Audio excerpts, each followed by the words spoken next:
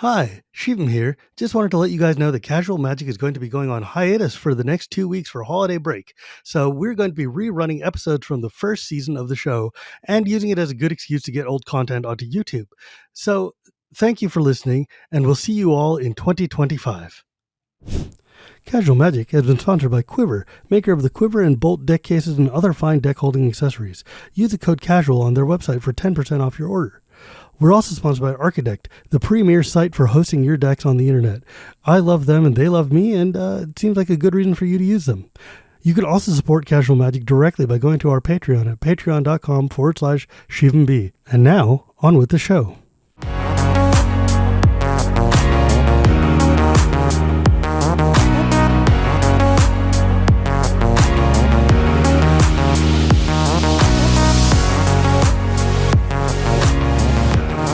Hello and welcome to Casual Magic, the show where we talk about the fun side of Magic the Gathering. My name is Shivam, Bhatt, and this show is brought to you by Greenlit Podcasts, and it and all of our shows can be found at greenlitpodcast.com. Today, I have a super special guest that I'm hella excited to bring you guys. It is one and only, supreme doyen of, podcasting and magic, the great godfather of all of us, the one who really has led the pack and carved the way and parted the Red Sea. Marshall Sutcliffe has joined me today, and frankly, this is amazing. I've had some WotC people, I've had some fancy, I had the professor on, but this is Marshall, guys. This is the big one, and we're going to talk about casual magic. Yeah! Hey, Shiva. Thanks for having me on the show. I super appreciate it. I'm excited to be here, and I'm really curious to see where you take this interview, given that I'm doing the casual thing. You know what, man? I've been listening to you for literal years and years and years now, almost since I started back up in Magic again.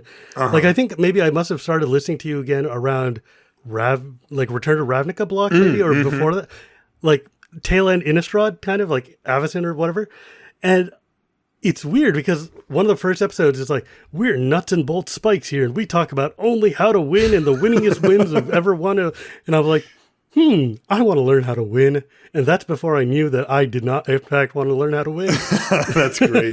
Yeah, we always kind of took that approach with it. Our theory was always that it's more fun, right? Or maybe it's more enjoyable if you're working towards a goal, or, and a lot of people, for a lot of people, that goal is to improve at the game, strategically. Sure. From that standpoint. I mean, obviously, Magic's a very broad game that has a lot of goals you can put in, just sometimes people, it's acquiring cards or making a deck look a certain way. But, a good percentage of people are pretty interested in going to their local game store and mopping up the competition. And so that's where we come in, hopefully. I mean, it is important to remember that for all that I like to talk about blinging out our decks and just having a good time, and, it's still a game, it's still a strategy game, and you do still want to win sometimes. And it's the strategy game, Shivam. It's the most in-depth, long-term strategy game ever. I mean, it has the highest ceiling, of all the games. Yeah, absolutely. Yeah. And I mean, look, my listeners aren't exactly Pro Tour people, right? We're Commander folks, we're casual, we're people who play Jumpstart on Arena, right? I'm still trying to figure out what Jumpstart is. Exactly. Oh my God. It is, if the only way I could ever play Magic again was Jumpstart, I would be a happy man. It's exactly what I want. No thinking about deck building, just pick 2 random packs, jam them together and go. I love it. I've heard it's really cool. So it's super fun because these packets are really thematic and flavorful. For instance, I've got one that's underwater unicorns, and you're like, what the hell is underwater unicorn? And it's half the deck is merfolk and sea creatures, and the other half is unicorns, and you're like, all right, good. Here's 2 pieces, let's Voltron them together and see what happens. I like it. And it's just been a complete blast. That's awesome. Yeah. I mean, honestly, the reason I wanted to bring you on here is because of the fact that you've been through the game for so long. You've seen so many things, and I realize that a lot of your audience and a lot of your show deals with the bottom half of the card, right? You're mainly concerned with the text box. How can you maximize this? How can you figure it out? And my half is more I want to get you, maybe rampant growth is really efficient, but maybe you just like the really bad version of rampant growth because it's got a better picture on it. Or, something I'm just more into the evocative feeling of Magic, right? Right.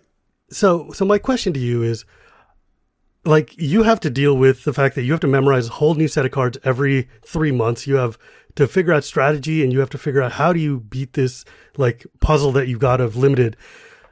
That can't be the only thing keeping you in Magic, though, right? Like, you at some point, like, what else draws you to this game? What keeps you here? Because, or is it just the fact that there's always a brand new puzzle to solve? No, it is more than that. The puzzle solving aspect of it is sort of the foundation. It's, for lack of a better term, it's like the news cycle, for how I approach it, where there's always something new, and basically there's never ever a point at which I'm like, I'm bored of this, like there's nothing here for me. I always feel like that's going. But for me, when I decided to take the leap and make Magic my full-time job quite a while ago now, that was a big motivator, right? Like to try to bring a level of professionalism For sure. and that kind of stuff to it. And when I see a new set come out, my brain isn't like it used to be, where I would be like, oh, that sweet new card, I want to try it, or things like that. I look at it more and I go, oh, that's an interesting choice to put that in this set. I wonder why it's there. I'm reverse engineering all the time. Yeah. And then I'm also spinning things that I see into potential content, mainly for the podcast, but, also in the booth and that kind of thing. I'm always looking at these things and kind of going like, what is fundamentally interesting about this? Or is there something interesting about it? Is there a topic here? Is there something to explore with my audience, whether it's on Twitter or on the podcast or in the broadcast booth or whatever, where I can kind of go a little bit deeper. And so when I look at a new set, I'm looking at the cards like everybody else, but I'm definitely looking at them through a much different lens than I once did before, for sure. Yeah, like that totally fascinates me, because one of the things that, look, I've been in Magic now full time thinking about this like on a hardcore level for like maybe, let's say, 6 or 7 years now. Mm-hmm. And it's taken me a long time to be able to like get to that point of where you're like, oh, why did they put giant growth in this set instead of like one of the other ones? Maybe there's some trick that they're thinking about, or maybe the flyers are better in this set than the other. What I wonder is, when you look at a brand new set, like when, for instance, Double Masters comes out and you're just given this pile of cards, one thing I've never been able to understand is how you and the other pros can just look at this and immediately start to understand, what does this meta look like? What is like, what kind of things do you look for when you're looking at a set that gives you the understanding of the shape of it? Yeah. How do you tell what's good? So for me, it took me a year or two to kind of develop that skill set, but I absolutely, that is one of my strengths now, I think, is to be able to look at a card file and, like when it's first out, and start to piece together immediately. So, usually I'm looking at things through a limited lens. When it comes to constructed, right, you look for cards that fill slots that didn't prior exist. And you look for cards that are sort of screaming to be, like, they call them pushed, right? The cards that, R&D is like, hey, look at Questing Beast or something like that, right? Where it's just like, it hits you over the head with its power level. Right. But when it comes to limited, there actually are quite a few, sort of fundamental things you can do to help reverse engineer a set. The first one is to understand how the set is structured color-wise. Almost all sets are structured where there are archetypes built towards the 10 two-color pairs in Magic. So every combination of colors, of which there are 10. And, so that's, you have to understand if that's what this set is doing, which again, most are, but there are some who go for color trios, right? We call them wedges or shards, right? So, you have to understand the fundamental structure, but assuming that it's just a 2-color pair, well, your job then is to figure out what each 2-color pair either cares about or is trying to do. And your first stop for that is kind of funny. You might like pull up the spoiler on Scryfall or whatever, scroll all the way down to the gold cards and look at the uncommons. And you want to look at the uncommon 2-color gold cards. There will be one for each color pair in most of these sets. And we nickname these the signpost uncommons. And these are the cards that will not always, but often give away a lot about what that color pair is trying to do. Like a great example in M21 would be green-white, right? It's the conclave guy. And that card cares about +1/+1 counters. When you read it, you go, okay, this card really only cares about +1/+1 counters, and then there's like this little life gain thing in there too that you're like, I don't know what that's about. Sure. So, but green and white together can care about numerous different things. The most common you'll see are some type of a token theme, ones or whatever, or +1/+1 counters. And so when I saw that, I thought, okay, I am going to keep my eye out for any commons and uncommons that have to do with +1/+1 counters in the set. Do they pick up a random one because something happened? Do they specifically just say put counters on stuff? These type of effects. And if you go through and just filter for green and white cards, common and uncommon, you don't want to bother with rare or mythic rare when it comes to trying to figure out what they built the set for limited, because R&D understands that these cards don't come up often enough to build a deck around. So if you do that, you will see numerous cards that say put a +1/+1 counter on this or another thing. And so once you see that, you've got enough information to know green-white is about +1/+1 counters. Next, right? And you can go along the line. Now, again, some of them aren't as strong as a theme as others. And some of them you'll kind of go, I don't really get it. And that's fine. But usually 7 of the 10 are like, boop, boop, boop, here's your signpost, right? This is what you're supposed to be doing. So that's the next place that I look. And then as you start to get a little bit of a sense for it, what you can do is you can start looking at the commons that are in the set by color and start to kind of mark down ones that you think stand out as a particularly good card. And then that'll give you a landscape on which colors kind of got the good stuff and which ones are like, none of these are really great, or they got one really good common, but this other one has 4 good commons, maybe removal spells or whatever. And by the time you've done that work, which isn't that much if you're used to it, it's an hour or 2 or whatever, you actually start to get a landscape for what the set looks like for limited already. Now, you don't know it's good yet. That requires playing. But you can start to see where at least they were trying to go when they design these cards. And that's really what I am. I'm a reverse game engineer, or game designer, I should say. It's interesting you bring that up because one of the things I've definitely learned from listening to your show is looking at something like Truffle Snout, which is comes into play, either gives you life or puts a 1/1 counter on it. And I was like, okay, well, green-white is a +1/+1 person, but green-black has this weird life gain theme with things like veto and stuff that wants to gain life. And I'm like, oh, maybe this guy can also slot into there. And learning to understand modular cards is one of those things that is such a neat little trick that I've just learned from listening to you for so long. Yeah, that is a huge one to understand how a card can overlap into multiple archetypes, right? Those are the type of cards that end up usually going up significantly in value, and not monetary, but in draft value, are the ones that this archetype wants and this other archetype wants too. Yeah, I mean, it's funny because I remember going way back to say Theros or whatever, and if you, not new Theros, but old Theros even, I think uncommon signposts used to be a core set only, and then they started bleeding them over into the main sets.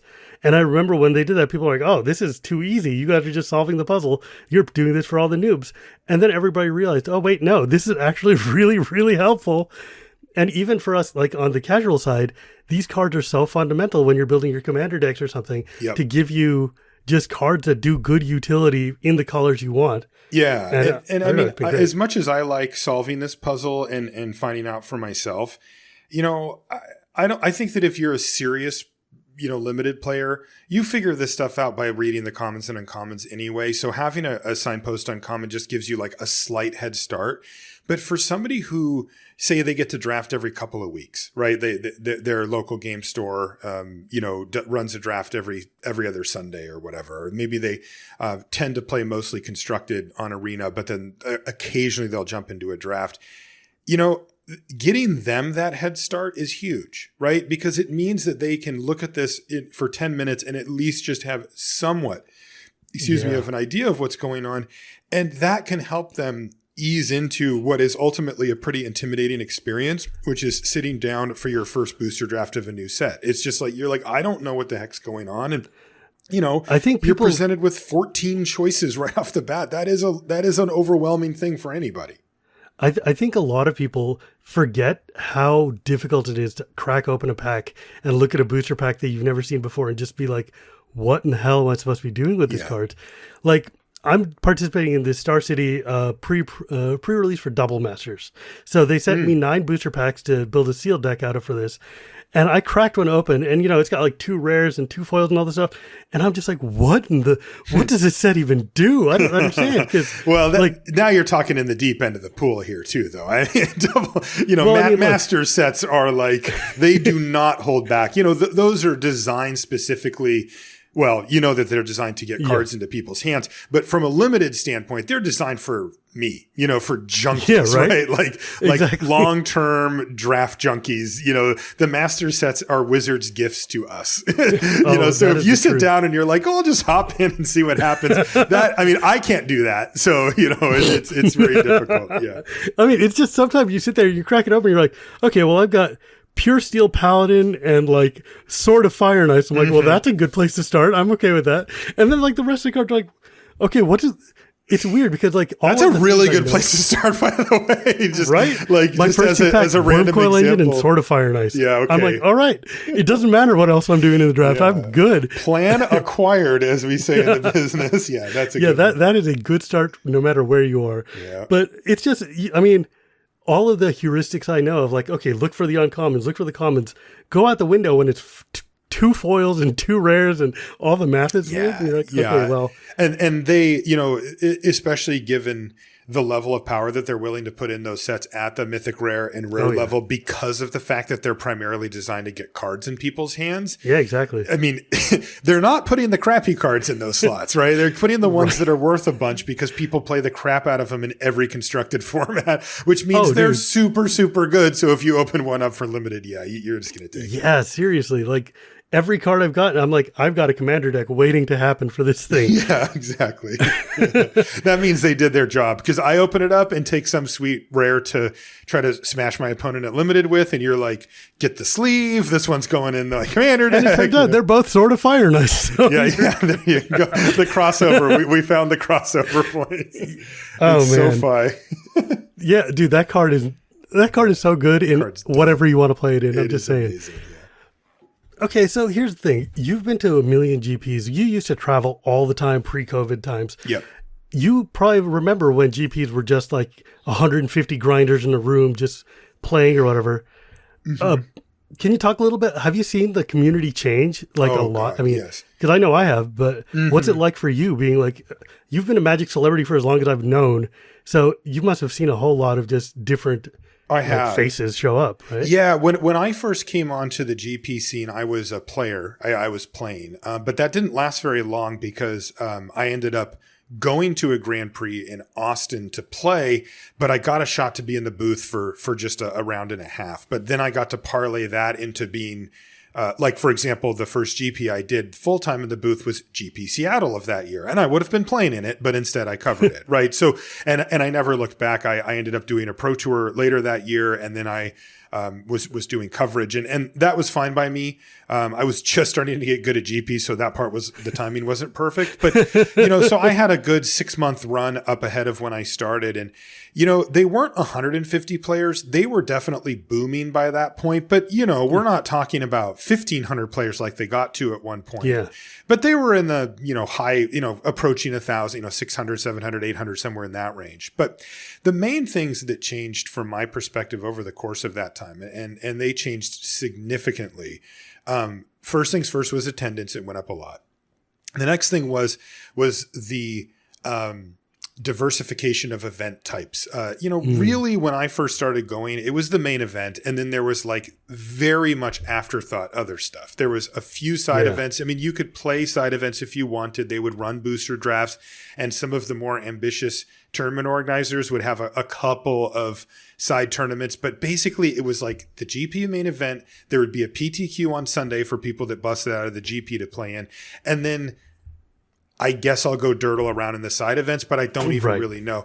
And over the course of time, frankly, those took over the main event. They are more popular now than the main event is, because the TOs really recognized the much wider player base than just the more competitive players.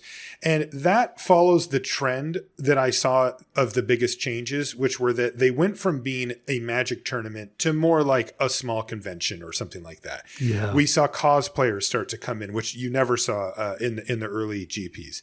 So, that added a different dimension and flavor to what was going on and a different type of player. We saw Commander absolutely explode and go from judges playing it against each other in between, on their break or whatever to, the command zone area where it's filled up with and your friends. And, right. That ended up being a huge change as well. The prize walls started showing up where all of a sudden you could grind, you could go to a GP just to play side events. And, that's what I do. Yeah. And I remember, that happened a lot because when I go to a GP, you're just kind of out on the floor. So people come up and say hi all the time. Hey, I listen to the show, or I like this, or it's nice to meet you. And I always chat with them for a minute just to, be friendly and nice to people. And, I would always go, what are you playing this weekend? Are you in the main event? What are you playing? And, they were almost always, yeah, I'm in the main, or, oh, I played it, but I busted, or whatever. And then over the years, it started to be like, no, I'm not quite ready for that, or I couldn't quite afford it, or whatever. So I'm just going to play side events all weekend. And, if they had a sweet master set out, people would be drafting that, or, any of the really cool draft product that they put out. The other big change that happened, and it's still, maybe big change isn't quite right, but the notable change for sure was the number of women playing.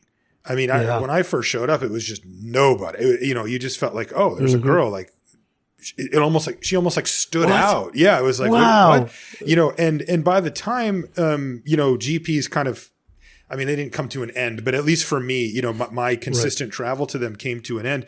Yeah, I mean, look, it's not where we want it to be, right? The percentages are still heavily skewed in the other direction, but still, it became totally not weird. Yeah. And that was so nice. That to me was something that I was really happy to see because, I mean, it should just be that way, right? I mean, it's just like this game should just be open to every single type of person, no matter what. And any type of demographic shift that I saw, I was really happy about. And I think that was probably the biggest one from point A to point B, at least. Yeah, I mean, the thing is, there's nothing inherent about Magic that says, oh, only dudes can play. No, this game can be for anybody, and you can approach it in a million different ways. Exactly. So, yeah, I was really happy to see that trend at least begin again. I wouldn't say, well, mission accomplished. We got, everything's great. We've got a long way to go. No, but progress was made. And that to me, I know that, people really want stuff to happen fast when it comes to stuff like this, but I've seen it kind of with my own eyes that it's a slower process than people like. And to me, some amount of progress with that was at least, something we could look at and say, okay, we're moving, It's interesting because like GP Reno, which was maybe the last real GP that happened. I think there was one in Europe after that. Yeah, I was at that one. But Reno, there were more people in the command zone, more people playing mystery booster drafts than there were in the main event. Yes. And I know in my experience, it's changed over from, oh man, I'm going to the main event and I hope I bust out in round 3 so I can start playing some, EDH to, oh man, I signed up for the main, but I don't want to leave the mystery draft. So maybe I'll just grab my playmat and come back. And, Yep. It feels like almost the main event is no longer the main event, but just an event that's there. Like, oh, by the way, Reed Duke is playing up in the far corner over there, but like 300 of us are playing EDH back here, so it's okay. Yeah, and I think that's better. I mean, it's funny because, for me, I kind of straddle the line, right, between like Wizards of the Coast and not Wizards of the Coast because I'm not an employee at all. Like, I don't know anything that, other people don't know unless it's maybe something about coverage that's coming up and they might give us a heads up like, hey, we're going to be doing this year. But, I don't know the cards. I don't know the stuff. I'm not an employee. I'm just completely outside of the building. But Frankly, that makes it a little more fun too, doesn't it? Oh yeah. I don't want that information ever. If I've ever gotten my hands on the set early, like to write an article or to do a piece of content for them, I've always been a little bummed because the spoilers come out and I'm like, oh, I guess I didn't know about that already. Yeah. But, from my perspective, I would have people say like, oh, well, it's kind of a bummer because, GPs they're going down. Like I saw the attendance and it went down and it looks like they're just on the way out. And I would be like, no, like overall attendance is actually up. And Hmm. it's just main event attendance has been trending downwards for the past, 3 years or whatever it was. Yeah, and it's But like, you know if what? you're in the building, you're like, no, there's a lot of people here still. Yeah, it's like the building is chock full of people doing Yeah. all sorts of things. They're just not grinding standards this weekend or not playing, whatever the format du jour is. And that's fine. Look, Yeah, it's better Magic that has a way. lot of swings and Commander is the most popular way to play Magic. So, of course, it's going to start balancing. I just am glad that these event organizers have started acknowledging that people like me exist Yep. that want to come give you money, play inside events, playing in battle bond drafts or playing in like all these weirdo formats that they make up. I still want to do it with my friends who are from all over the country and I want a place to do it. And going to a GP is a fantastic way to do it back in the before time. Totally. I don't know, man. It feels like Magic has changed a lot in ways that are really good, but they keep getting overshadowed by like own goals that Wizards does. But I mean, what are you going to do? Yeah, there's always, it's interesting because because Wizards has definitely, had their fair share of missteps and that kind of thing. They also do a lot of stuff really well that sort of goes under the radar or doesn't get recognized or at least not really appreciated by the community. And a lot of companies don't even communicate with their customers at all. They're just like, why do we care what, if you're, super into some other game or whatever. There's plenty of companies that are just like, we're going to put out our product and we're going to sell it and you can either buy it or not. Thank you. Where Wizards is like open door, communicating with actual employees every day in there. They respond to community interest, all of that kind of stuff. And that has a downside. I think that they think it's worth it overall, but I mean, it can rile people up sometimes too. And then the community's changed a lot too. The community when I came into it was much more centered around the professional scene. And now it's kind of a weird mix now of, I don't know. I don't really know how to describe it, but being part of like the online Magic community involves a lot of drama now. A lot of people being angry or frustrated about things and venting it and kind of grouping together to do that. And I don't know, it has a much different vibe to me than when I came in. I wouldn't say it's better or worse, but I would definitely say it's different. That is absolutely true. I mean, to be fair, a lot of these things are complaints of people who've had legitimate complaints of things to bring up for a long time. And it's important to share it. And I think one of the things that online does is gives people a way to find other people who have felt similarly and group together and be able to, make their voices heard. Definitely. And also, though, it does, if you've been like it feels like a lot of the old pro scene was full of a lot of the old version of gentility of like people being very noble and quiet and like, I don't know, it just pros, it felt to me like for years and years and years, the pros, which are a very smaller portion, like it's hard to get up to Pro Tour level. It's hard to get up to like grindy GP level of Magic.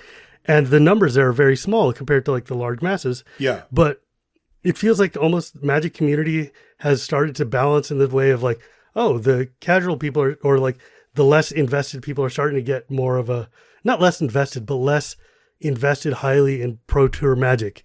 People are getting more of a chance to speak up. And I think it's really interesting and fascinating. I think that we're still trying to find our footing though, because it feels like we're in a transition time. It does. Like we're not sure where the community is going to land yet. Like for years, we had a good solid story community, the Vorthos people who would talk a lot. We had like Pro Tour people, we had Commander people, and now it's kind of like starting to blend over into just Magic. Yep. But now what does that mean? I don't know. I mean, that's why I started this podcast to kind of give a way to figure out where we're going and what people still like about this game, right? Yeah, I think that's great. Yeah, because it is a confusing landscape to enter for sure. It has so many different elements to it, like you described there, that it can be kind of difficult to go, well, where do I fit here? Like, exactly. That kind of thing. Like, so you must get like messages from people all the time, just online about like coming to you with questions and like things like that. How do you handle this like flood of just being Marshall Sutcliffe of limited resources, and all these people are coming at you and expecting you to take a position on something or expecting you to make a grand statement about something, or, even just the regular questions you must get all the time? It must get really, really draining. It is. Yeah. It's interesting. I do get a lot just, through all different avenues. And, I recognized at some point that, it doesn't scale well. You know what I mean? Like, as you get more of a following in any community, I don't, it's not magic specific, but any community, there comes a point where it's one person and then a much, much bigger group of people that want to interact with you. And you have to start drawing lines for your own sanity, mental health, extra time, that kind of stuff. And so I've got, kind of a system. I mean, calling it a system's probably a bit much, but, I do what I can do basically to keep myself, like if somebody sends me a tweet and it's just a commentary type thing saying like, I liked this episode of the show, or you guys forgot about this or whatever, I'll like it. Like and that to me says I read this and I acknowledge it without having to be like, hey, thanks so much for the tweet. We're going to, because that would just be my whole day. And then some people I'll interact with if it's, a simple one. A lot of people ask for draft picks and stuff like that. Hey, what would you take here? And I'll, again, just keep it pretty straightforward and be like, I think I'd take this because of this, and then done, But the truth is that I'm not like fantastic at managing all of this stuff. And it is hard for me because I actually feel bad when I don't. I kind of made a rule for myself a long time ago that, like if I talk to somebody like at a GP or something like that, that I would always, no matter what, take the time to talk to them, and I give them my attention too. Like if you've ever come up to me at a GP, I'm not the guy who's just like, hey, what's up? And, looking away or whatever, unless I'm like working or something, Sure. And really just try to have a little chat and say hi. And, if it's a playmat or a card that you want to get signed, then I'll do that. And I'm happy to do it. And those interactions are really meaningful to me in the sense that I get to actually talk to the people one-on-one who are listening to the things that I'm saying and watching the things that I'm making. And that keeps me very much in touch with my audience too, because it's changed, right? It evolves and it's different. And I'll often ask people that I meet, like, hey, what did you think about this show? Like, did this work for you? Or would you like to have seen us go deeper on this? Or is this not really relevant? And, they'll usually go, and I'm like, I legit want your feedback, that kind of thing. But then it's also tough for me because, a good example would be the much bigger picture issues that the world faces that aren't really magic specific and my role with those. On the podcast, Luis and I had a big talk before recording the show after all the protests started in the wake of Black Lives Matter. And so first things first, when that stuff went down, I decided not to do a show for that week. It felt grossly out of place to be talking about magic or pretending like everything was fine when it wasn't. I felt like I wanted to take some time to reflect on, everything, right? Myself and our country and everything like that. And so I said, okay, we're not going to do a show. It just felt like our voice wasn't the one that was needed at that time. The next week we decided to come back because, well, it's our job and we have to do that. But then the question becomes, you have a voice in this community. How do you use it? And the sort of obvious answer is, well, you should use it, right? Like you should say what you feel and you should do that. And that's kind of like, why not? And the thing is, when you're not a content creator, it's easy to say, why not? But when you are, or at least me, from my perspective, I think that, I think a lot about the content that we create and why and how people consume it. And I know for myself that when it comes to the podcasts that I listen to and stuff, I use them in many ways as an escape to go into a little world like my other hobbies or magic or, sports or watches or whatever, where I can go to that place with those people, the hosts who I like to be around, right, for an hour or two. And I can immerse myself in that and get some joy out of it and find it fascinating. And then I'll come back to the real world and get back to work. You know what I mean? Like to thinking about important issues and things like that. So as a content creator, if we all decided that we were going to use our platforms to talk about the social or political things that are going on at the time, then the people who come to you to kind of take a deep breath and reset themselves with the hobby that they like or the interest that they have, then they're bombarded at every corner with more and more information about all of this stuff. And now you're hearing everybody's opinion on everything. And I find that troublesome. Like that to me is a reason not to do this, is that you are trying to provide a place where people can do it. So what we decided to do was we talked about it at the front of the show before we actually started the actual podcast. And I basically said what I said here. And we made our opinions very well known, very clear. I did a call to action about what I had done in reaction to George Floyd's death and all of that kind of stuff, and what I encouraged other people to do, because my personal take on it is that action is what's needed. Words are nice. They matter to a point and they count, but they are not activism. They are not actually, I think that our community and many people vastly overrate the value in their words. I think that a lot of people go on Twitter and say Black Lives Matter or I support this, and then log off for the day and kind of pat themselves on the back and go, activism, baby, saving lives, one tweet at a time. And I think that their impact is grossly overstated compared to something like donating money or time, or taking the time to read something that educates you in a more deep way about what happened, what's going to happen, and how things can change. And so I went on and said that, and then we did the show as normal. So that it wasn't overwhelming to people, because I can talk about this stuff endlessly, right? I care about these movements and these issues a lot. They affect me personally for family members that I have. And I've, and I did, like, in the wake of this thing, I donated quite a bit of money to a few different organizations. And I actually just felt bad that was really all I could do at that time. I just still felt like it wasn't enough. And I was trying to think of other ways that I could try to affect change in a way that I want to see it affected. But yeah, I feel like I am not good at maneuvering through these things. I mean, I had an incident on Twitter that was extremely frustrating to me, where, somebody called me out for having not said anything at that point. And it was like, they try, I mean, this is the world of being a content creator in the current era. They were calling to defund me. Like, they said, quit the Patreon. If you're a patron, just unfollow, stop listening to this guy's podcast. And it was like, what did I do wrong? And it was like, well, you hadn't said anything yet. And this person was demanding that I make my opinions known exactly about what was going on. And I was formulating them still. I mean, I still was like trying to process everything that was going on and trying to figure out how I wanted to approach it, given my position in the community, my job, my reach, the things that I can say. And I eventually did make a tweet, that backed up what I had just told you here.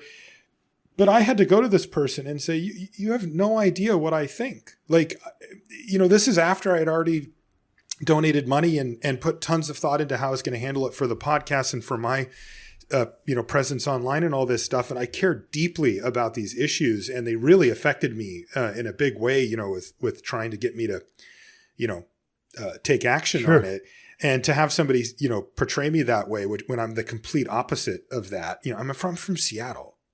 Like I live in like, it's like, it's where you live or where I live is like the number 1 and 2 most liberal places in the whole country. Right. Like I went to elementary school at this like hippie school. It's just like, to be even framed that way at all, it was so infuriating to me, because it was so the opposite of who I am and what I stand for. And that wasn't somebody disagreeing with something that I said. It was them reacting to the fact that I hadn't said anything. Now, I got lucky here because this person actually holds a little bit of sway in the community and recognized what I said and deleted the tweet that they had put up and even retweeted my response to them.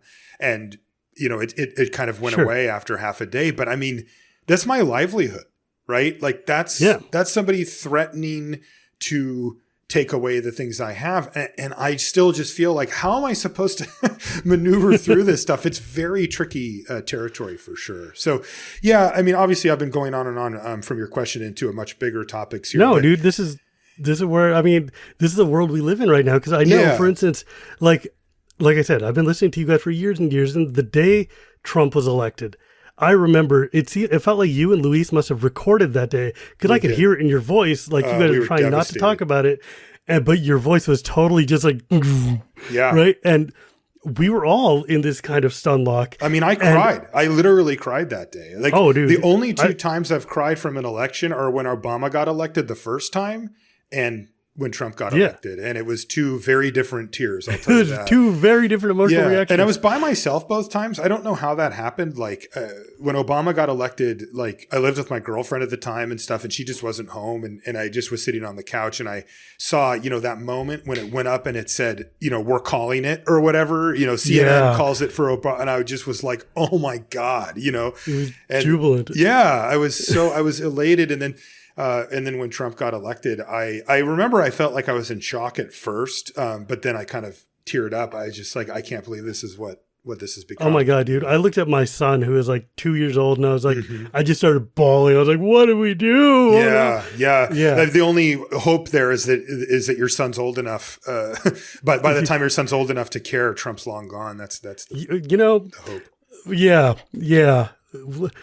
All good things must come to an end, hopefully. And bad ones. All things must come to an end eventually. Go. That's better. Oh, man. With that, though, let's take a real quick break. And on the flip side, I want to talk to you about watches, buddy. Okay. The award-winning Go Nintendo podcast covers the latest Nintendo news while also diving into what's hot in pop culture, music trivia, hands-on impressions, and so much more. Hopefully we can make you laugh, too. You'll find new episodes of the Go Nintendo podcast on the Greenlit Podcast Network every single week. Spaceships, magic swords, intergalactic empires, dead gods, and creatures from beyond the moon. What mad universe could contain all these fantastic visions? What Mad Universe is a bi-weekly podcast delving into the misty origins of sci-fi and fantasy, pop culture and genre tropes. Take a cosmic trip on What Mad Universe podcast on the Greenlit Podcast Network. And we're back. So the other thing, Marshall, is that one of the things that I've been taking a lot of solace in quarantines has been watching you put watches together. This is like the most nuts hobby I've ever seen, because I've got this real bad phobia of little bits of things. Like, I don't know what it's called, but there's like, if you see a pile of buttons or screws or something, I start to get all wigged out and things. And then I'm watching like 45 minutes of you with a microscope picking up like transparent gears. And I'm like, what? This is either going to give me hives or something. But then you're like, and now I take this mechanism here and I slowly unwind the spring with this neat little spring thingy I bought. And it's like, this was made in 14th century Europe. And it's just a click. And I'm like, holy shit, I'm watching this for hours. It is so much fun. I love watching you put watches together. I'm super glad to hear that. Like, how did you get to this? Yeah. So, I got into watches quite a while ago. I think it was about 8 or 9 years ago. My dad was into watches. He liked a different type to the type that I do. But he was into them, and I caught the bug. Alton Brown? Yeah. He's a big watch guy, and I'm a big fan of his, and had listened to a podcast that he was on where he had talked about some of his watches. And I had started to kind of poke around on the internet and looked at vintage watches, right? Ones from, usually like the 60s or 70s or that type of range, when there was some really cool designs being put out. And and I ended up being like, I need a watch. I'm going to be doing coverage, and I want to get something cool. And so I found a brand that I really liked that kind of reminded me of a bunch of stuff that I was around growing up, like mainly cars, like car racing. Both sides of my family are big time into that. They raced, and part of the big racing culture up here and stuff. And so I started. Wait, have you raced cars? I have, yeah, but I'm like way down on the like, my uncle was the pit boss for a car crew. His brother, my other uncle, was the driver. My grandpa, their dad, was on the board of director or whatever you want to, the rules team, or like he was on the what's it called? The rules committee for the rules committee for the racetrack up north here. And then on the other side of the family, my dad was on a pit crew for a race car, and he was a lifelong mechanic as well. So this stuff's just in my blood, man. I mean, every holiday, every family gathering, there would be a race on the TV in the background or whatever. So there's a brand that kind of made watches that were meant for people that were doing racing stuff. They have it's called a chronograph, like a stopwatch built into it. Yeah. So those type of things. Anyway, and I found these, and I kind of got into those, and I started picking up a few of them here or there, and started.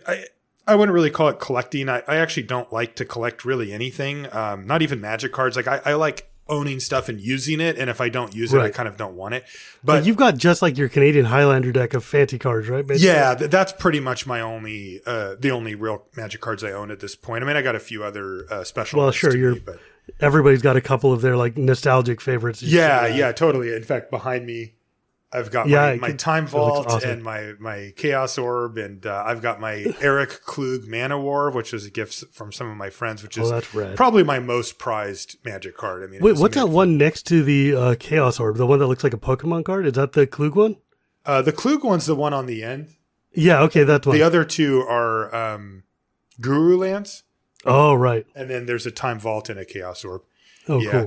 Cool. But anyway, and so I got into these vintage watches and I started getting into them. But going back to the car thing, I also worked on cars for the majority of my life. And, you know, for a good stretch, it was my main hobby. I mean, I did everything, dude. Like I did an engine swap on my car, like where you take the entire engine out and put a whole different engine in. And that is as complicated and time consuming as you would think it is.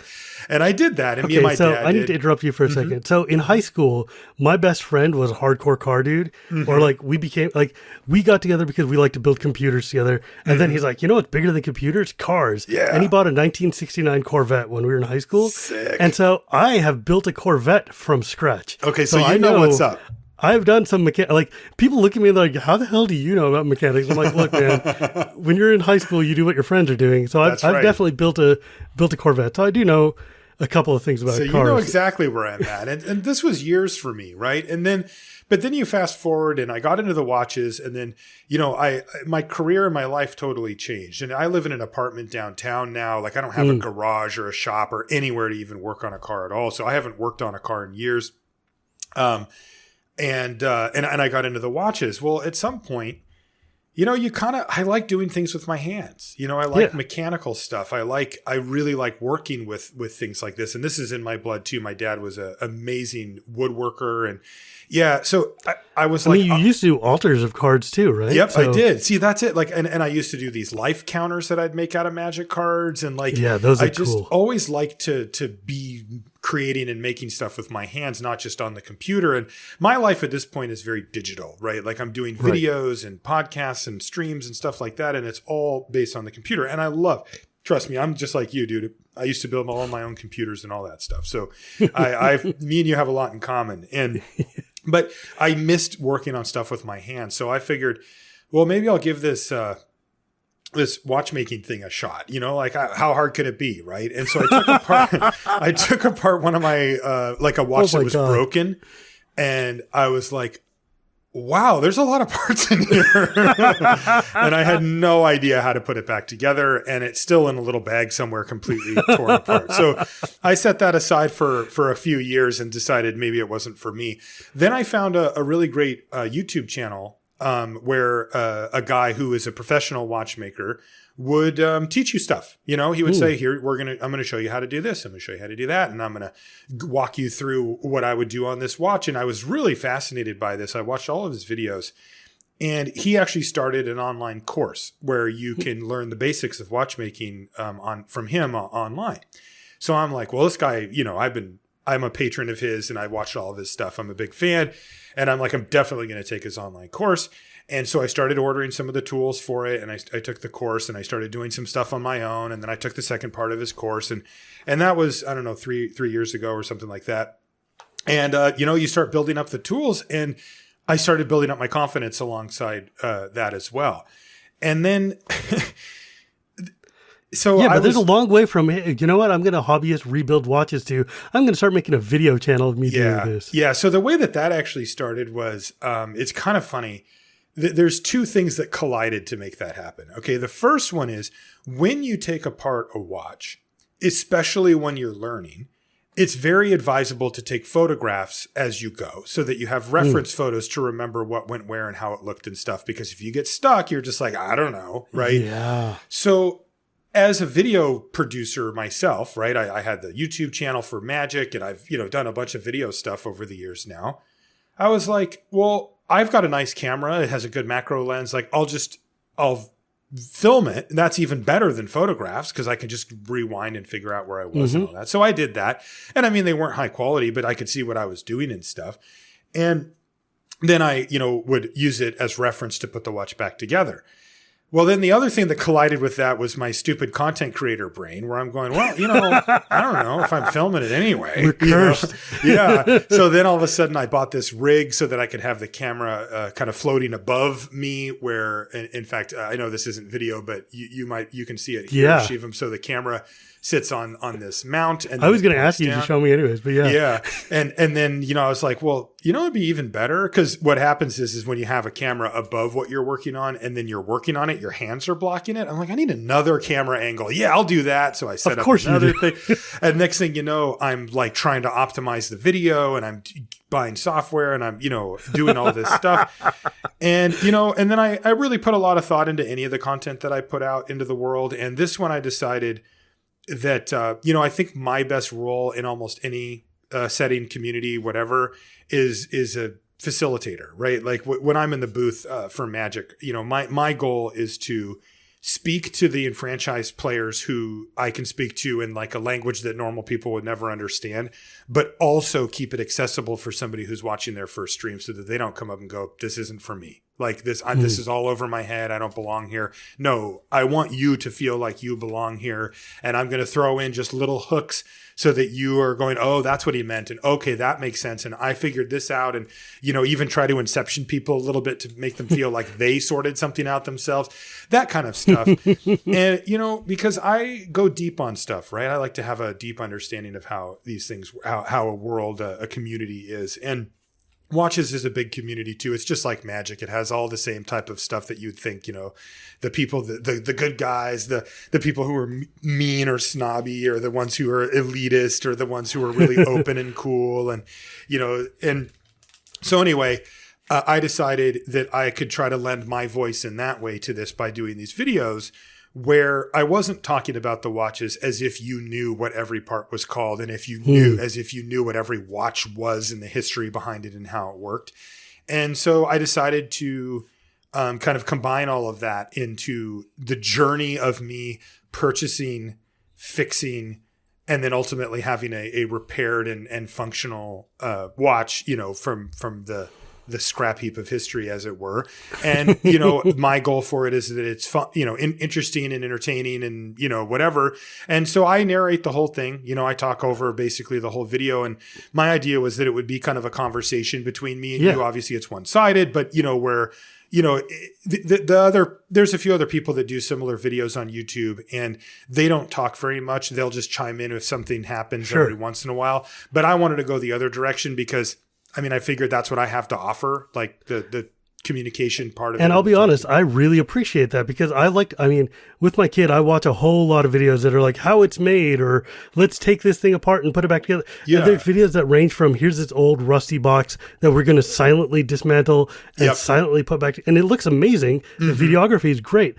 But then I realized that I like your videos a whole lot because A, they're really conversational and you're telling me what you're doing so I can actually follow along. Yeah. And I can feel like, oh, I'm intelligent enough to understand that this is the chime and this is the head spring and this is a gear. And I'll tell you, it gives me anxiety to look at some of those tiny ass gears on your thimble. They're so small, dude. And I'm like, it's oh insane. my God. I watched one of yours where like the spring just flung open and like a little piece flew out. And I was like, oh no, he's never going to find it again. Yeah. And trust me, I've spent a lot of time down on the floor with a flashlight looking around for a little part. I'm still very much learning the watchmaking thing. It fits my skill set, but I'm still very new at it compared to real ones. But now I'm in a kind of a very good but interesting position on it because I started it just at the end of last year and I was like, I just wanted to do it, Yeah. And so for, 6-7 months or whatever, it existed. And, one of my videos got like 1,000 views or something. I was like, that's cool. Like this is sweet. I had like, 150 subscribers or something. And I was like, cool. Like it is what it is, right? Exists. You're doing it. Great. And, for me, it was a personal journey as well because I have been in the Magic community now for so long as like a known quantity that like I realized I hadn't done anything new in a space where I was a complete unknown since then. right? Like Sure. that's how I started out in magic too. But, you know, I kind of hit lightning in a bottle, and I'm just, you know, at some point you start going, maybe I just got really lucky. I mean, I know I got really lucky, but, you know, maybe that's all it was, or, you know, that kind of thing. And so when I started putting stuff out into the watch community, you know, I mean, again, I have no audience, no views, no anything. Right. And so, you know, and I was totally fine with that. I was just doing it because I wanted to do it, and that was good. But then I put out this video about this Abercrombie and Fitch watch that I had bought, and I put a lot of effort into it, and I knew that that was going to be like the best video that I had done or whatever, but it took off. You know, it went from having like, you know, the same number of views as those ones to having like a few thousand after just like a short period of time. And I was like, oh, whoa, look at this. And I was working on another video on actually the first time I had ever worked on a Rolex watch. And so I kind of made sure I did a really great job on that video, like the best I could do. And I put that one out too. And then that one all of a sudden leapfrogged the other one. And then all my other videos started getting more views as they started getting suggested more. And the channel just kind of took off on me. And now that Rolex one, it just passed 300,000 views. Holy crap. Yeah. I'm like, what the, you know, and like, and you know, even the ones that had been up since December and January and March and stuff, you know, those ones were getting 500 views or whatever for 3 or 4 months. But now that it's like being all kind of churned up and people are looking for the other videos, they have 30,000, 40,000, 70,000. That's nuts, man. Because I remember watching some of these videos where it's like, oh, I'm like one of the 58 people who watched this video. Yes. That's cool. Yeah. And now I'm in an awkward spot though, because I'm like the I don't know what the right entrepreneur, whatever the content creator in me is like, push, go. Like you could make this into a real thing now, right? Like commit to once a week real number, videos. Man. And it's awesome, right? Because the thing that I created is working. It's people are liking it. It is the thing that it's doing the thing that I wanted it to do. But at the same time, there is a very big line between doing something that you want to do because you love it and doing something where it's like, got to get that video done by Thursday, you know? Oh, there's nothing that will drain the joy out of something more than turning into a job. And I've been able to walk that line with magic where I found a good equilibrium where I'm still happy doing it and I still like it.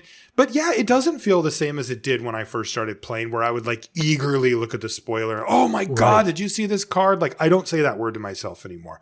And with this stuff, you kind of want to keep something a hobby, something that you still can enjoy for yourself. Yeah. And you're like, I'm doing this because I want to, not because I'm demanded by the algorithm to put out a video every Tuesday. Yeah. I understand that because like totally. Like, for instance, I've been a Magic fanboy. I've been a Magic nerd. Like, I just want to rip up in the packs and be like, look at these cool cards and do the thing. Oh, my God. But then once you become a content creator, then you're looking at schedules. You're like, oh, there's a new set coming out in 2 months, and I have to get a preview video out, and I have to do 6X of content. When I was working on Commander, and it was like, oh, we got to come out with the deck list. We got to come out with who are the new legends, all the things. And your scale is even crazier because you're like, I need to figure out the tail end of Eldraine and the beginning of Theros. And how do we keep this? Like, it must get so crappy when you're on like the 4th month of a boring limited format and there's nothing coming out but Cube for a while. Yes. And yes. Like, that's the hard part for sure. Yeah. And we sit there and we're like, look, we're content creators. We're doing this. This is like something we theoretically love. But we've turned it into this job that just becomes real draining. Yeah. I mean, I'll be honest, part of why I did this show was to be able to give other content creators a place to come where they can talk about the part of Magic that they like without worrying about the part that they're doing for their job. That's great. Right? I love that. Yeah. Cause you know, like it's a double-edged sword, right? I mean, right, of course. Cause when I look at this, like using the watch channel as an example, is on one hand, I feel a little overwhelmed and a little bit like crap. I better push and make this more of a thing and take it more seriously and try to monetize it and do all this other stuff. But on the other hand, you know, I used to work in a cubicle and I wasn't happy there. And now if my job is I get to wake up and do a watch video that a lot of people are going to get some joy out of and that I like doing, well, that's not even close, right? It's not even a remotely close decision. You know, the main thing that I'm just struggling with a little bit is that I was using this as my fun side project to get away from the content creation grind. And yes, I realized the irony that I was creating content to get away from the content creation grind. But That's honestly, like Brandon Sanderson writing a novel so he doesn't have to write a novel. yeah, right? Like, but you know what I love to do? I love to create stuff. I love it. I absolutely like. Right. To me, there is pure. You know, you and I grew up when computers were like being put into schools, and we got to, you know, be one of the first generations to really get our hands on these and have them be a part of our life for our whole life. And they're magic to me. You know, I mean, I'm a big computer nerd, and like, you know, the fact that I can take some cameras that I can buy now myself, right? I don't have to have a studio. I don't have to go to some expensive technical college just to learn how to use this stuff.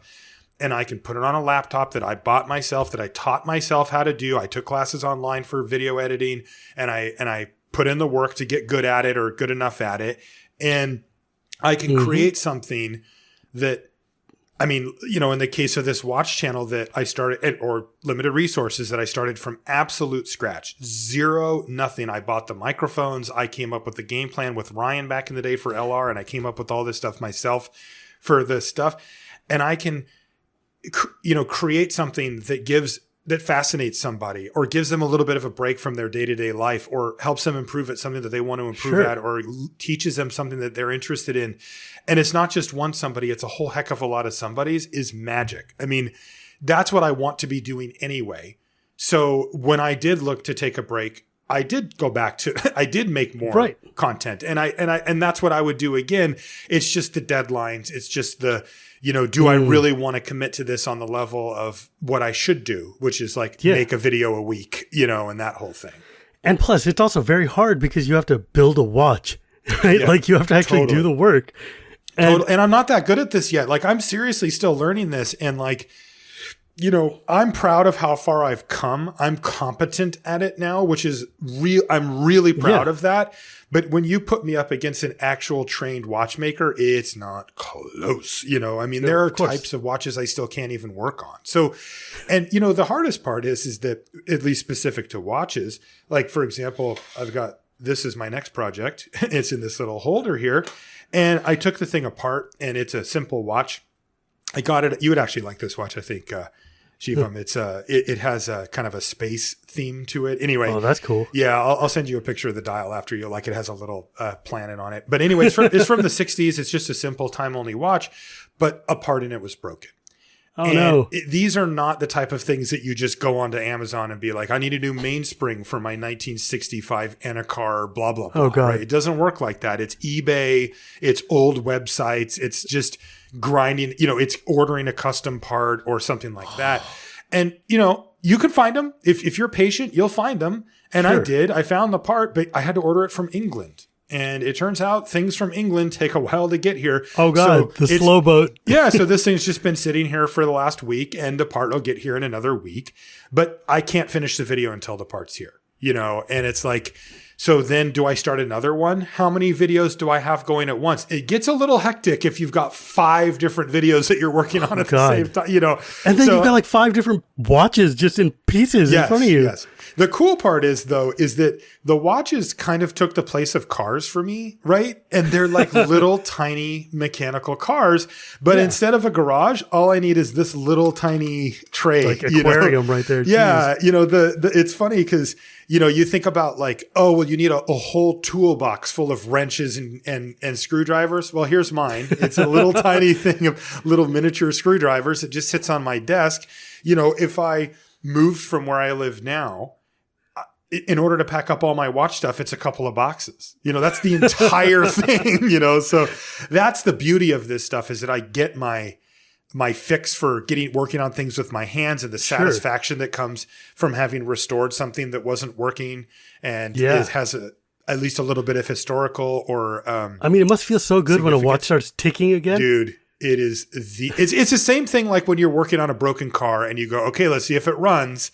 Dun, dun, dun, dun, dun, dun, dun, boom. And you're like, yeah, it feels exact. Because there's this moment on a watch, and I always try to highlight it on my videos.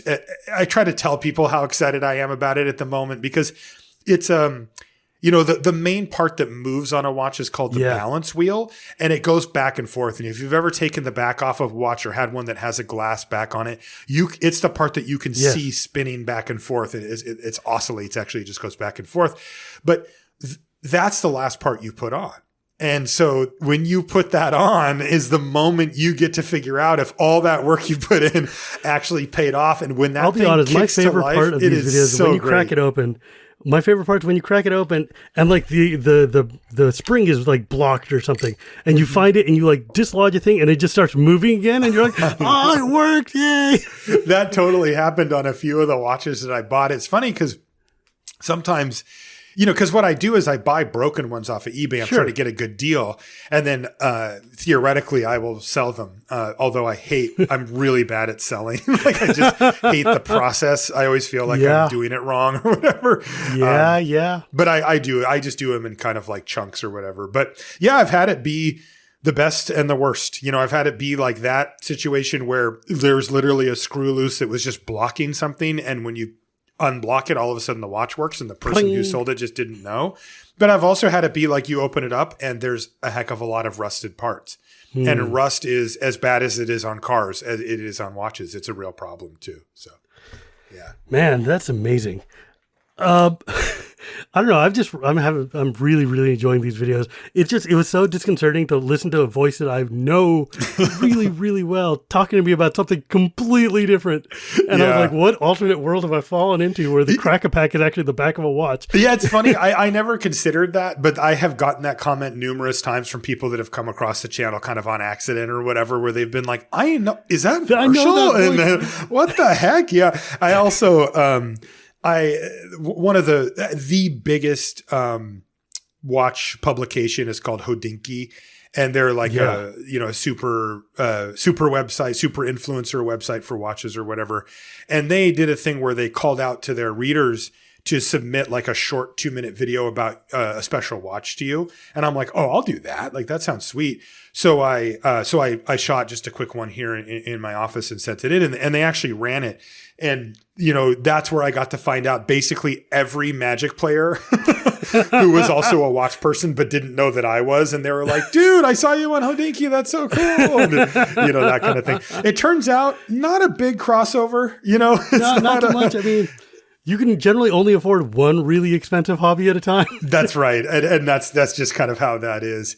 And I knew that already because, I've been wearing my watches on coverage for years, and you can't really see them normally. I mean, that's kind of the misconception I think about people that are into watches, is that like they're showing off, or that they're trying to be like, look at all the money I have or whatever, here's my cool Rolex or whatever. But the fact of the matter is, nobody cares what watch you're wearing.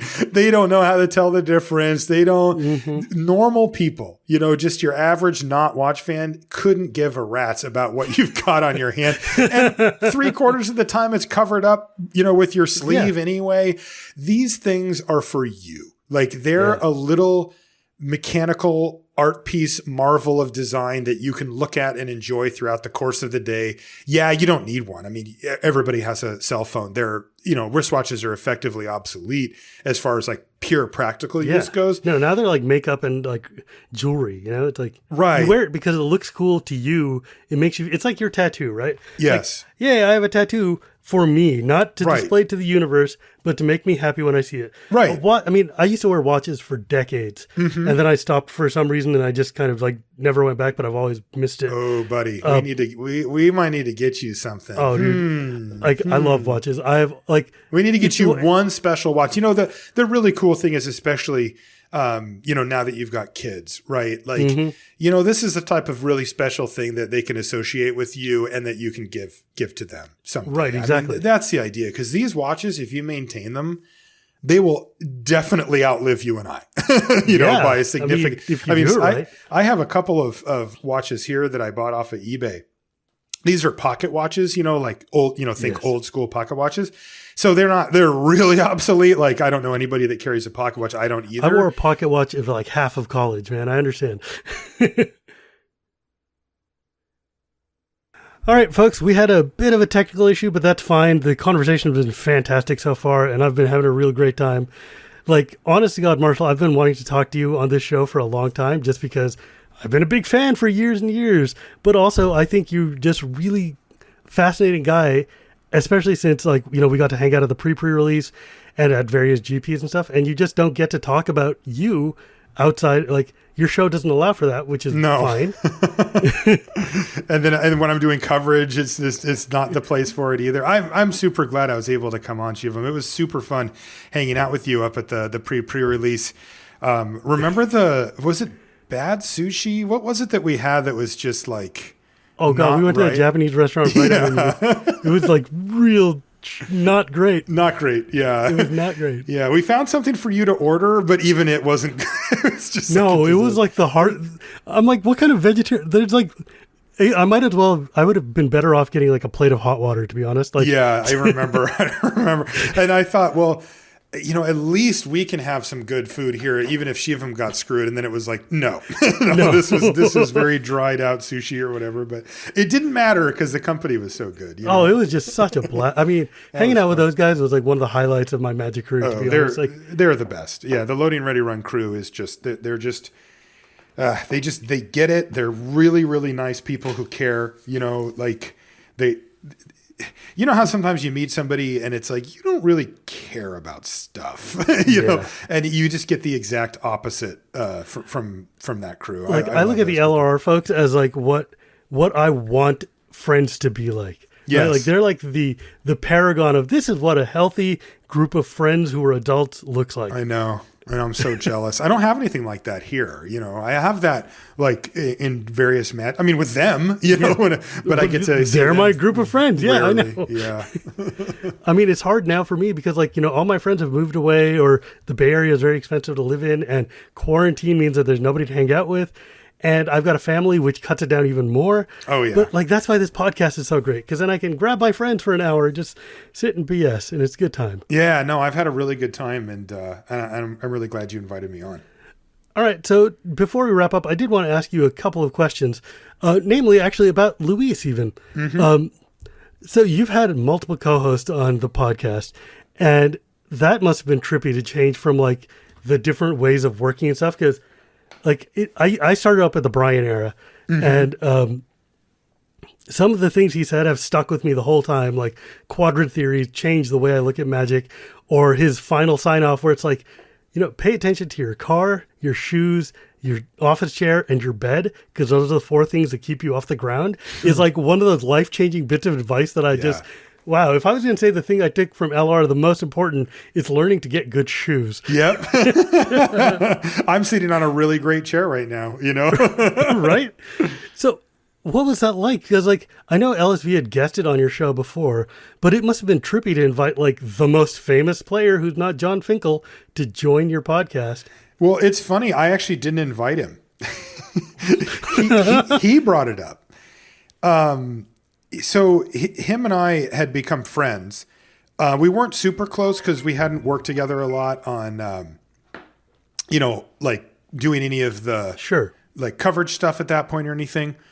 But we had become friends because we were in the Community Cup together, and I had started doing coverage, so I was around him a bit, and we were buddies, and we had done a little bit of coverage together too.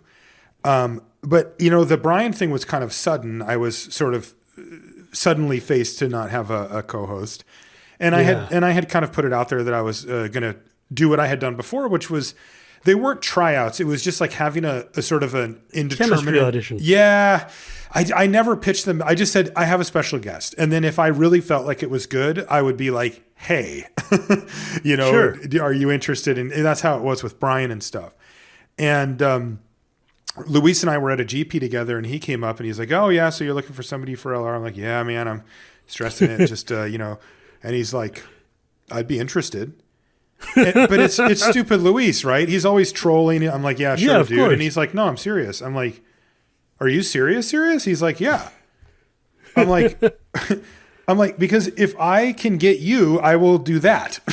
Right? Right? Like, I mean, like, I guess. Yeah. I mean, Hall of Famer, sure. Yeah, Hall of Famer, you know, one of the top 5 players of all time, a really nice, good person who I knew well enough at the time, and a friend of mine. right? Again, we weren't super close yet at the time, but we were good. You know, we were buddies.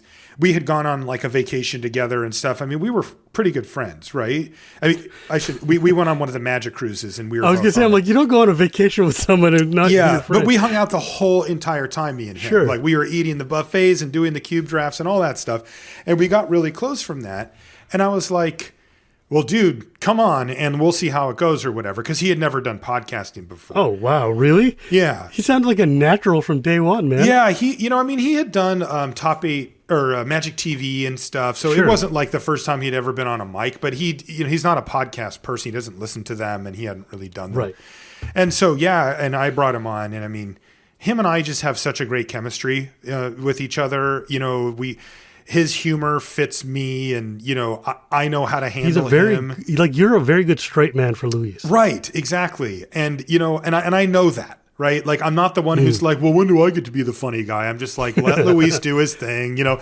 And I like it. That role always was totally fine between him and I. And I give him a bunch of crap back too. You know, when I get him, I get him really good. And but anyway, and I was like, well, this works really well, But I had a big issue, a very big issue with that, which was that at the time I was sponsored by Card Kingdom. And Card Kingdom is great. I love their company. I love the stores that they have here in the Seattle area, the Mock Sporting House stores. Right. And they had come on and sponsored us when no Magic podcast had sponsors ever. I mean, it was not even a thing, you know. And I mean, they gave us a tiny amount, and it was like, but we were so happy just to be affiliated, you know, with somebody and a good company like them as well. And of course, Luis is the figurehead for Channel Fireball. I mean, he is the face of that website. He's a co-owner of the thing, right? Like, yeah, he's right. And so it's like, he cannot come on the show if it's sponsored by Card Kingdom. And so I said, well, that's a deal breaker for me. You know, I'm sorry. You know, like I can't give up my sponsorship. I've got a relationship with this company. I really like being with them. And he's like, well, what if Channel Fireball sponsored LR?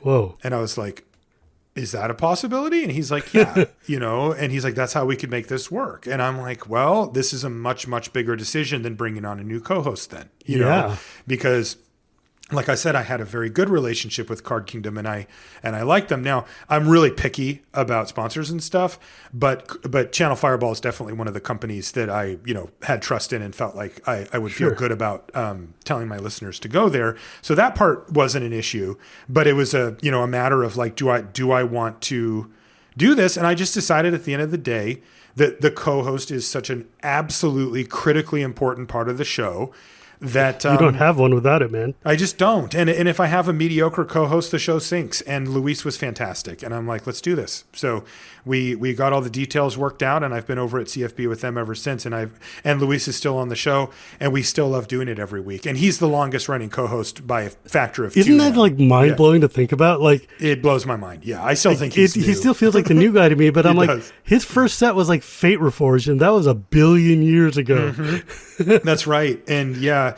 and I mean, you know, I feel blessed. I mean, that's the only word I can really use, that he came up to me that day and asked, because it's been such a great relationship with him and such a great relationship with Channel Fireball. And, you know, he really is one of my best friends. I mean, you know, we were good friends, like I said before that, but I mean, now I talk to him every day, you know, and he's just sort of a thread in my life that I'm glad is there, you know, and we've helped each other through some really hard times as well, kind of behind the scenes, you know, where, you know, you need somebody to lean on sometimes. And we've been that person for each other. And, you know, the fact that we can still get on the show every week and have fun with it and look forward to it is the thing that to me is the most special, because you know how it is, man. It's a marriage, right? Like it's work, right? It's 100%, right? It's not the type of thing where you're just in this honeymoon stage forever. You got to say, no, I'm going to put some effort into this to make it a priority. And we've both been willing to do that. As much as he teases about leaving the show on a sign off or whatever, he hasn't actually done it. And I will do the show with Luis for as long as he wants to do the show. Like, I will never ask him to leave. I love working with him. So, yeah. And honestly, from a community side point, it's such a benefit to all of us, because he is like the example of what you want out of a pro. He's a good guy. He's got a good heart. He's jovial. He's kind. He's expressive in the right ways. And it's just like, you learn a lot, but in a fun way. Yes. And like all of your co-hosts have been fantastic for the era of the show that they were in. Mm-hmm. And I think LSV is just so perfect for this modern era of also doing streaming, also being out there, also, you know, because he's communicative. He's like, Yes. you know, he's out there and he reaches out. Like, I mean, so I went to college with him. I remember watching him play. Yeah, we both were in Davis. I was 2 years ahead of him. I didn't know that. Interesting. But like, we didn't know each other because I was out of Magic.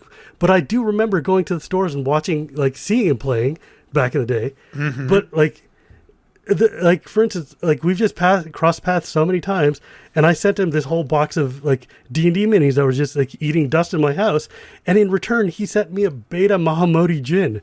Dude, and a that's sweet. Serendib Djinn, and these are two cards that I've wanted since I was like 12 years old or something. Goodness. And I'm like, what? That's okay. That's incredible. And I'm like, dude, the guy got generosity for spades.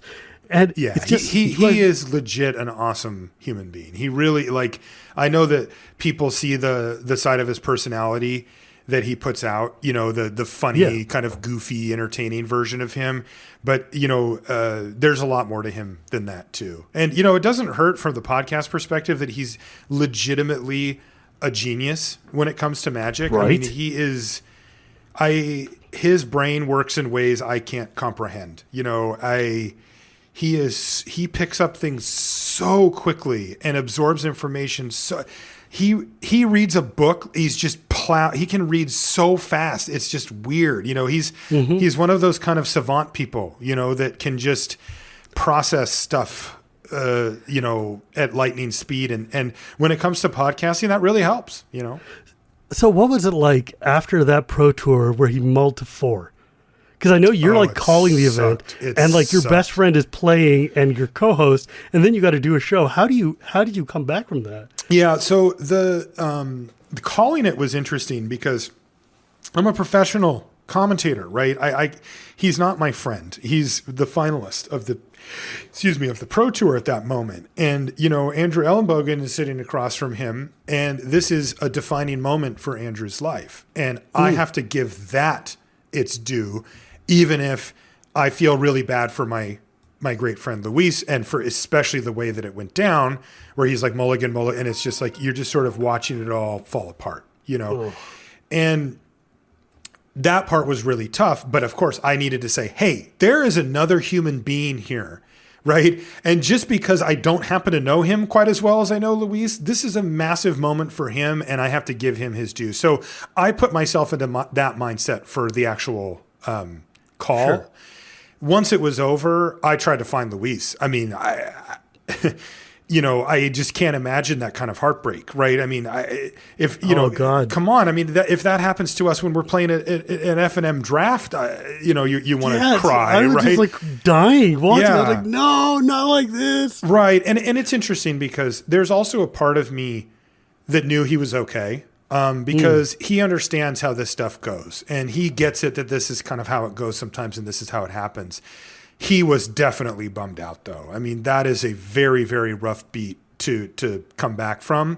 But I think it's a testament to his will and to his spirit that he didn't let him stop him. You know, look, I'm sure it took him a couple of days. I was in contact with him over the course of the next couple of days just to, hey man, how you holding up? And he's like, I'm okay. You know, but I knew it was bothering him because you just get so close, you know, to that accolade, and you replay it in your head and all that kind of stuff. But I have to say, I was really proud of the way that he handled that. He handled it much better than I think most people would. Oh God, yeah. I mean, I would have just been like a hermit for like another 6 months. You wouldn't have seen me. Yeah. Yeah. It's weird because I know myself, and I don't think it would have bothered me that much. I'm telling you, man, I mean it. Like the poker that I used to play, you know, I was playing, you know, semi-professionally, and it just drills that out of you. Like, yeah, I guess if you take a lot of bad beats, then you're just used to like, okay, you know disconnect what? From that part of your brain. You really do. Like, not that I'm impervious to it, but I pre-accept loss.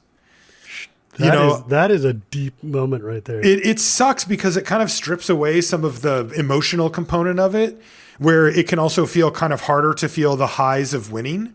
but it's a thing that you have to do to protect yourself as a professional when it comes to poker. And Magic, it has a lot of that too, where like if you feel the sting of every big loss, you're just going to be all over the map emotionally, and it's going to be hard for you to play your best if you're all over the map emotionally. So you train yourself to sort of already understand that this is a possibility. And if it does happen, say, yeah, okay, it happened. You know, the timing of it, of course, in this case was absurdly bad for Luis. I mean, this wasn't just, hey, both teams played hard. You know, this was I don't even get to play this game. Yeah, exactly. So again, I was proud of him for how he came through. I guess that explains why when you see like a real high-end Magic players, it's always just very stoic and very quiet and staring. And like, that makes sense. That's what it is. That's what it is.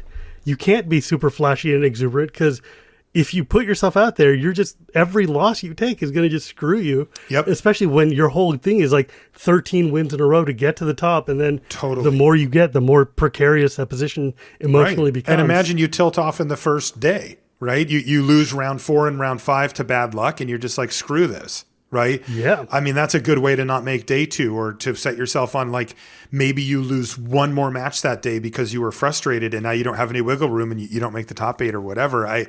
You have to be diligent in that way to succeed at that level. But if you're too diligent, where you take away all of the emotional component, then you won't care anymore and then you won't play. You know, so it's a very fine line to walk. So now that we're living in this world where all these PTs are online and all these tournaments are online, what is your take on like the way like Magic is going in terms of just community and GPs and like this sort of thing? I think it's completely in flux right now. I think that the professional or high level competitive community is dispersed. They're nomads at the moment. You know, they're wandering. They're wondering, where do I fit? What does the world look like? Because the OP system has overgone such monumental change over the past, say, 3 years, where you just you can't really plan year to year because you don't know what's coming next. You know, for the first couple of years, it was ramping up in a huge way, where they sort of stratified it, where it was like, if you were at the top of the game, you were making way more money and you had a very real job with guaranteed contracted money plus free rolls into all the biggest tournaments and all this stuff. And then, but then that left a lot of the middle ground. And by middle ground, I mean way better than I'll ever be at Magic, but you know, call them a gold pro as we, used to be. Those people were kind of left out in the dark a little bit and trying to figure out how they fit in. Then there were adjustments made with the Rivals League and stuff to get people in.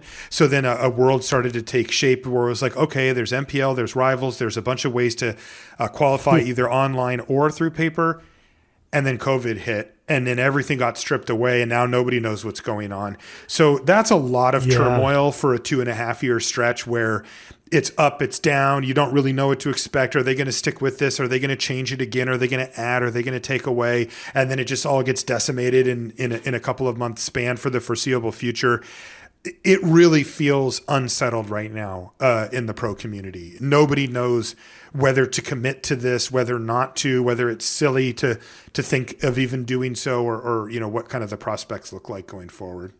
It sucks. I feel for all of you guys, especially like you guys in the commentary. Your whole gig depends on whether this exists or not, and COVID has upended the universe. And even before that, it's not like it was exactly a settled. Right. We were already contractors kind of hoping to get the next contract. I mean, people would always tell me, well, we'll see you at the next tournament or whatever. And I'm like, I do hope that. Yeah. I mean, look, I worked really hard and I hope that happens, but I do not have a contract that says that I'm going to be doing that. And this is a corporation with numerous people at the, switching roles and everything changing all the time behind the scenes. And easily somebody could come in and just go, I don't really like that guy. Let's just use somebody else. Right. And it's like, if they're in the right spot, maybe somebody would fight for me in the building, but they might lose that fight and I'm out. Right. It's just, I'm not an employee. I'm a contractor. So I never know what I'm going to get. Now, I mean, we went from having like a relatively full schedule for the rest of the year to having like 2 or 3 more events. Like that's I'm looking at my, checking account and going, how is this Maybe going to that one work? thing is where you got to go. Right. No, I'm not joking. I mean, seriously, like I'm really looking at that as like, this could be an opportunity that I need to develop something in a different space because I don't know how coverage is going to go. They've done an amazing job, in my opinion, of they being Wizards of the Coast and also places like Channel Fireball, Star City Games. And, Turner with their E-League tournaments and the MTG Melee and all these ones that are putting out online tournaments. They've really hustled and done a great job. And, I just did coverage for the Players Tour finals last weekend and it was awesome.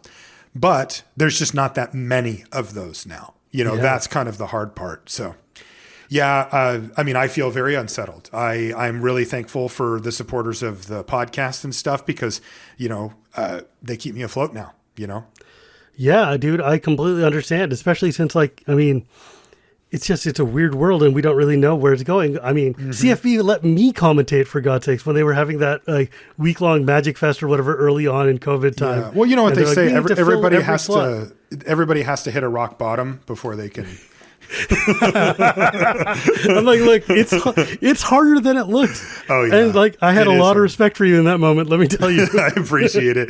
Yeah, doing the play-by-play is easily the toughest job I've ever had. The toughest job is when it's like the fourth mirror match in a row. Oh my God, Teamer Rec, and you have to be like, look, audience, I know you don't want to see this, but this is where we're at. Okay, it's like, look, dude, that's the deck. What do you want me to tell you? You know what it does. He's got explosion or he doesn't. Let me go home. Right. Exactly.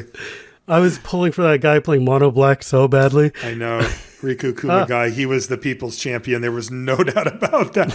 I have never seen the chat root so hard for a player. I mean, seriously, they were, because it looked like he was going to win and then he didn't. And it was like, they were devastated when it kind of all slipped away. But I mean, he must have been exhausted at 4 a.m. Japan time. Yeah. I mean, when we started the day, it was just pushing up against 2 a.m. in Japan. So when we finished, it was 7 in the morning. No. Can you imagine that? Can't. He was drinking a lot of coffee, I'll tell you that. He kept hitting the white cup. That was funny. All right, man. Well, this has been phenomenal. But before we go, I do want to do one thing that I've always wanted to do with you. I've got this double Masters pack. You want to walk me through it? Oh, yeah, you bet. And then we can call it a show. Because, Star City sent me these packs. Yeah, and I've totally got this awesome paper pack. And I don't get to open paper cards very much anymore. So this is almost like a super cool novelty. All right, let's do it. Yeah. So the first card is Fortify, which is that white instant for 2 and a white, which says creatures either get +2/+0 or +0/+2 at the end of turn. I remember that one. Yeah. I mean, it's fine. Whatever. If you're going to play token, you don't right? want it. Yeah, we're aiming a lot higher than that. Yeah. Pick 2 is Cast Down, 1 and a black for destroy target non-legendary creature. Ooh, is it a common in that set? It's a common. Oh, I like that. Yeah, this card is awesome. All right, there's our front runner. And then I've got Fierce Empath, which is the 2 and a green 1/1 elf that says when it enters the battlefield, search your library for a creature card with converted mana cost 6 or greater, and then put it into your hand and shuffle your library. I'm assuming you don't want that here, but you might. I don't know. You might. It depends if you got if you get got a Wormcoil engine. There you go. Right. Then Skin Brand Goblin, which is a 1 and a red 2/1 with Blood Rush. Discard this card to give +2/+1, so it's basically a combat trick. Mm-hmm. Yeah, it's fine. That's a fun card. The card is pretty good, yeah. Yeah. Crushing Vines. Sideboard. We'll talk about that in pick 12, right? Yep. not gonna main deck a Crushing Vines. Oh, Apprentice Wizard. Wow, I haven't seen this card since the Dark or something. 1 blue for an 0/1 that says blue and tap to add 3 colorless to your library. Oh, that card? Oh my God. That's the one from the Dark where it has the kind of weird red background and the guy's going, or yeah, something. the super goofy looking wizard on it. Yeah, I do remember that too. Wow. They reprinted that here in common? With what brand new art. Oh, from Richard Kane Ferguson. It looks amazing. God, dude, that's insane. Yeah, this card is great, by the way, in a card where you need a bunch of colorless mana. Wow. But, okay. Cool card. Yep. Metal Spinner's Puzzle Knot, which is a 2 colorless. When it enters the babattlefield, you draw a card and lose a life, and then you can pay 2 and a black to sack it, draw a card and lose a life. Yeah, I know that artifacts is a big sub theme in the set, so these last 2 cards, would go well in an artifact deck. Yeah.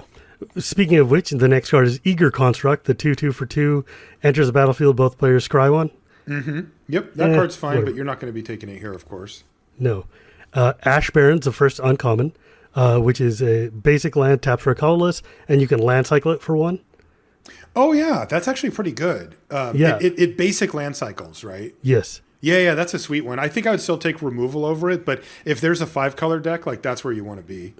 Yeah, and the fixing in this set is real bad, so you got to pay attention to these ones. Oh, okay, yeah, especially if this is uncommon, yeah. Yeah. And then Brimstone Volley, the next uncommon. 2 and a red, deals 3 damage to any target, or Morbid deals 5 damage if a creature died this turn. That is a very strong card. I don't know what style you want to go for here, but you could definitely consider taking it over the cast down. There's so many little things that sacrifice in this set that it's just, it feels really good to have like a 5. I mean, five damage is a lot. Yeah, right? you can go upstairs with it too. Like if you're just Yeah. beating them down, like 5 is a lot of damage that they're not going to see come in. Exactly. Next, Monomorphose. Oh, nice. 2 mana of any color, draw a card. Isn't that card's worth great. something now? Like they didn't print enough of those, right? Yeah, I think it probably is. Okay, so But there you go. that card is great. I'm a big fan. And then what's your rare? the first of the 2 rares, Council's Judgment. Whoa, okay. That's one a nice white. one. Will the council, starting with you, each player vote for a non-land permanent you don't control, exile each permanent with the most votes, or tied for the most votes. This card is amazing. That card is insane. Yeah, it has like a lot of subtleties to it. Basically, if you're playing a 2-player game, you just get to pick a non-land permanent and exile it. And it's also a choose. It's not a target. So like it can get around some really annoying stuff like hexproof and indestructible. So I like Council's Judgment a lot. I would definitely be tempted to take that. Like it's hard to say no, especially the next rare is Open the Vaults. 4 white, return all artifact and enchantments from the graveyard to the battlefield under their owner's control. So I'll tell you, Shivam, if it were me, I would take Open the Vaults. Because I want to go deep. Like these master sets, they are not, hey, look, I have a 3/3 and you have a 4/4. I wonder if they have the combat trick. You know, that's not what you're doing. You are trying to freaking combo off. I want to play Open the Vaults and wheel the puzzle knot and just go to town. Like that's my game plan. Yeah. So I mean, think about it. If you had this in like a worm coil, oh my God. Oh, see, you could never lose, right? Unless they have Council's Judgment or. And you know that you can pick 2 rares in your first pack, right? Or 2 cards in your first pack, right? Oh, I can take both right now? Yeah. Okay, then I'll take that one and the puzzle knot. Well, there are 2 foils though. Oh, I forgot. We get 2 foils. That's right. Yeah. So foil number 1 is Vampire Hexmage. For black 2/1 first strike, sack it to remove all counters from target permanent. That's a nice one. Yeah, take that, Everflowing Chalice. And then the final foil is... I like how you don't even consider Planeswalkers. You're just like, take that, Everflowing Chalice. You don't make any mana anymore. Look, man, I'm a man of simple taste. I just want them to pump a ton of mana into there and then watch it all go away. Yeah, I basically just want to know like what somebody did to you with an Everflowing Chalice at some point. That's the first thing that came to mind. But anyway, what's your other foil? The other foil is Sunken Ruins, the filter land for blue-black. Okay, that must look gorgeous in Oh foil. my God, it's great. I'm very happy with this pack, by the way. Dude, you got a nice pack. So what would you take then? I mean, frankly, I would probably go for the 2 white ones. I would take Open the Vault and Council's Judgment. Yeah, that's a great start, right? That's the right pick for sure. And then you hope to wheel one of those artifacts. Yeah, I mean, and this set was, before they like relabeled it, it was basically called Artifact Masters. So there's going to be a ton of artifacts in here. Yeah, I've heard that for sure. I haven't played it, but that. Well, I mean, like, I'll send you a list of the sealed deck that I ended up building. Okay. I mean, it is a lot of artifacts and then ways to regurgitate them. Yeah. It's pretty amazing. But yeah, man, if people wanted to find you online, where could they go? Marshall_LR, pretty much everywhere on Twitter and everything. And then anything related to the podcast is lrcast.com. And if they wanted to find your watch channel? Oh, right. The watch channel. The watch channel is called Wristwatch Revival. And you can find it on YouTube under Wristwatch Revival. And then the whole watch community isn't on Twitter. They don't, for whatever reason, for a good reason, they're on Instagram. Pictures, so you can put pictures of your watches. So that's where I have my social media presence there. It's small, but it's also, it's wristwatch _revival there. You can come say hi. Yeah. And you can find me at Girapuri Gears, and you can find Casual Magic anywhere podcasts are sold.